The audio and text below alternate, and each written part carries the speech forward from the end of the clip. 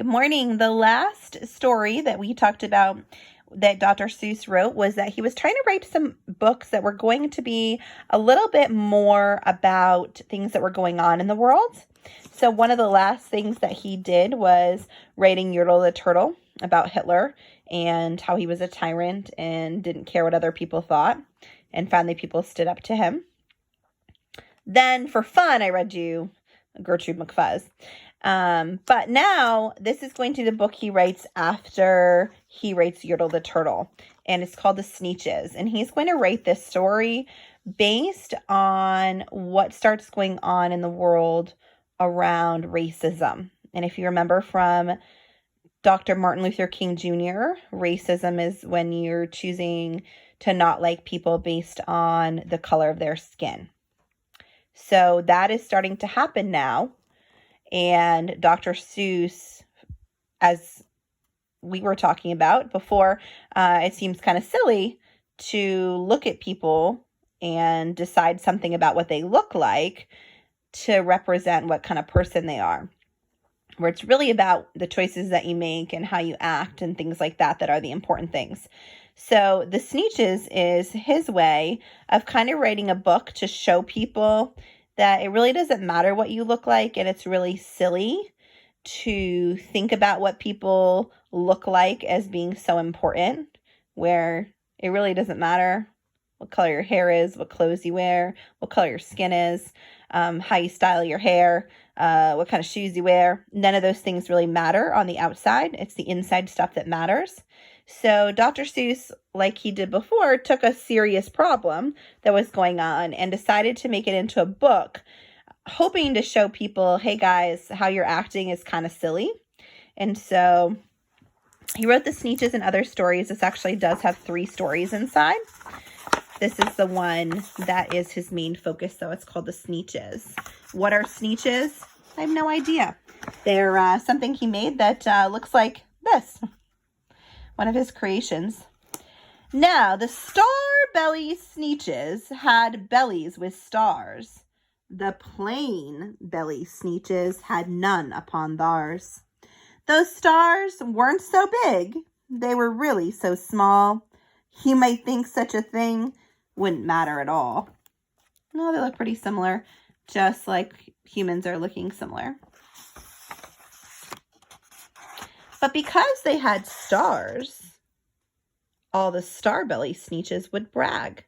We're the best kind of Sneetches on the beaches. With their snoots in the air, they would sniff and they would snort. We'll have nothing to do with you, plain belly sort.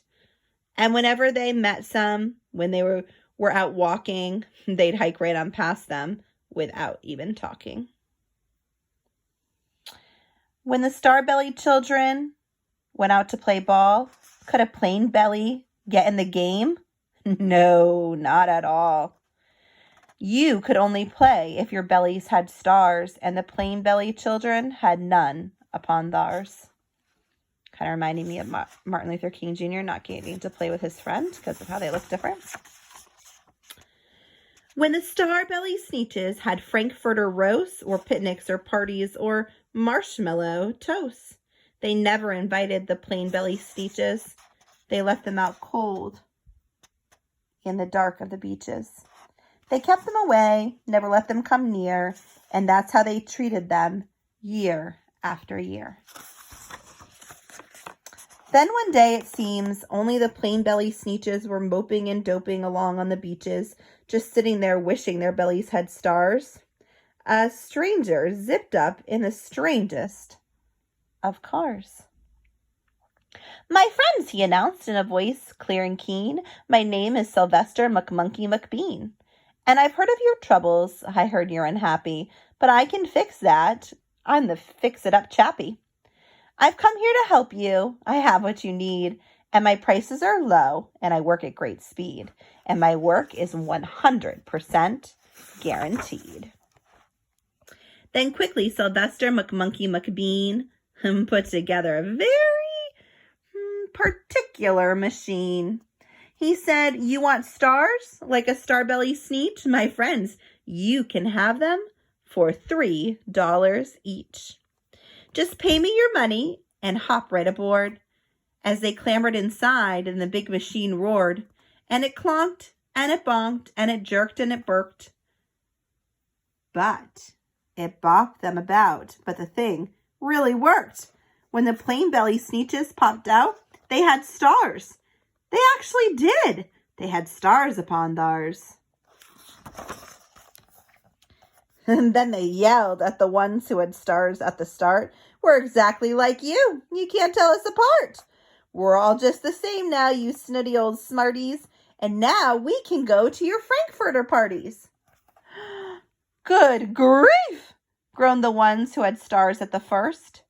We're still the best Sneetches, and they are the worst.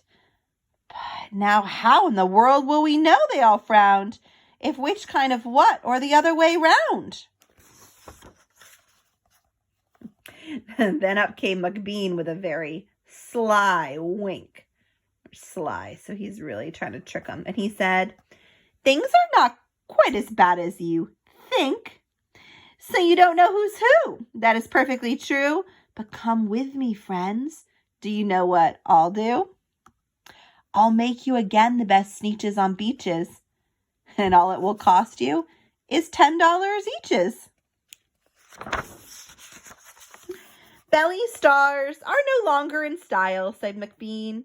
What you need is a trip through my star-off machine. This wondrous contraption will take off your stars, so you won't look like Sneetches who have them on theirs. And that handy machine, working very precisely, removed all the stars from their tummies quite nicely.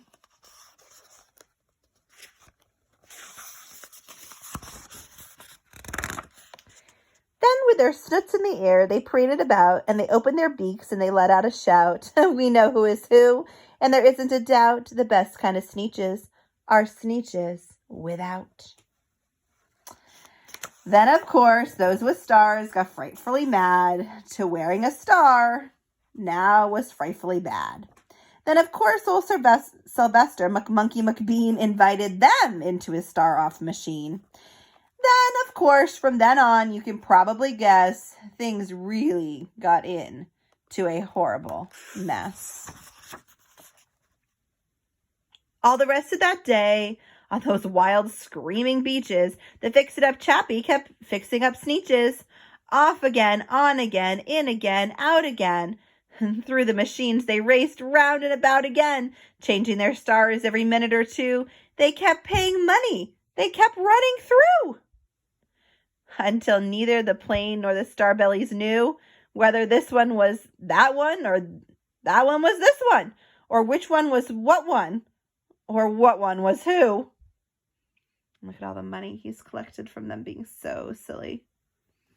And now they're so confused, they don't even know who's who. Then, when every last cent of their money was spent, the fix-it-up chappie packed up and he went. And he laughed as he drove in his car up the beach.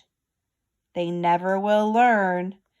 No, you can't teach a Sneetch. They wasted all of their money arguing and judging each other by what they look like. But McBean was quite wrong, I'm happy to say, that the Sneetches got really quite smart on that day. The day they decided that Sneetches are Sneetches, and no kind of Sneetch is the best on the beaches. That day, all the Sneetches forgot about stars, and whether they had one or not, upon theirs. And that is the end of the story. So learning, it doesn't matter what you look like, and we know that things really did finally change in the United States as well, when people were starting to realize that it didn't matter what color people were, and those laws came into place where we couldn't be racist and we can't judge people by what they look like with their skin. And so luckily things did change, but this is Dr. Seuss's way of kind of making a funny story about how people could argue about stars on their belly, but really relating it to kind of how silly it was that we were looking at people based on what color their skin was. I hope you guys enjoyed today's lesson and story about the Sneetches. Have a wonderful day.